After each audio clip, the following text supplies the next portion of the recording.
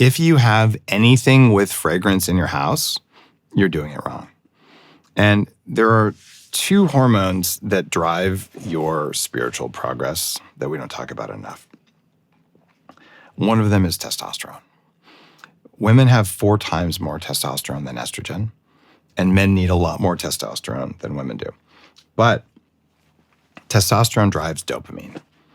Dopamine is a neurotransmitter that gives you a reward for pursuing a goal. It doesn't give you a reward for getting the goal. It's the pursuit of the goal. So if you experience motivation when you're pursuing a goal of personal development, like, wow, this is great. I'm doing something that matters. If you use fragrances in your house, all these plasticizers, you drink plastic water all the time, and you're exposed to all the things that are in our food, and you eat extra soy and chia and all the other high estrogen foods that people think are superfoods that aren't, you end up with low testosterone, which means you have low motivation. And when there's low motivation, you have less motivation to evolve yourself. Understanding that perfume you're spraying on, the personal care products with parabens, these are affecting you. Even sunscreen that most people use now goes right into your blood and raises cancer risk for cancers that are very dangerous.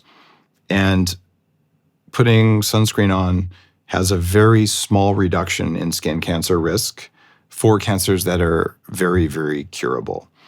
So I'll use a mineral sunscreen on my face, but I would never touch one of the chemical sunscreens because it's an endocrine disruptor. Use like zinc oxide or something instead? There's zinc and titanium. Yeah.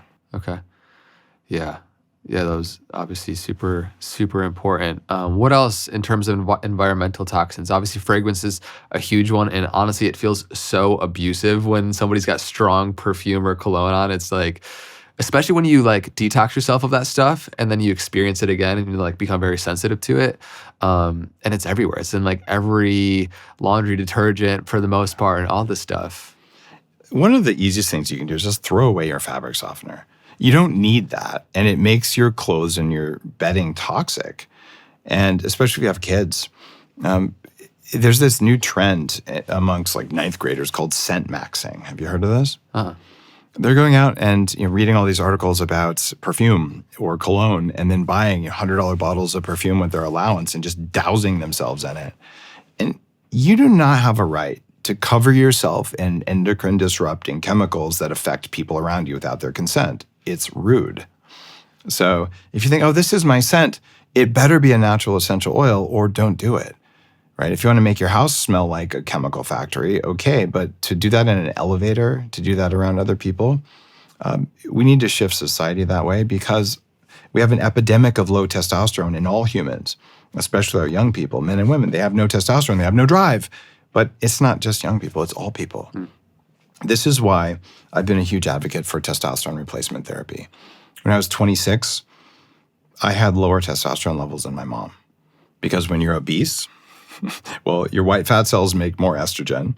And because I had been exposed to toxic mold, which is another source of environmental estrogen, I had very low production. So under a doctor's care, I went on bioidentical physiological replacement. And I've been on it most of the time since then.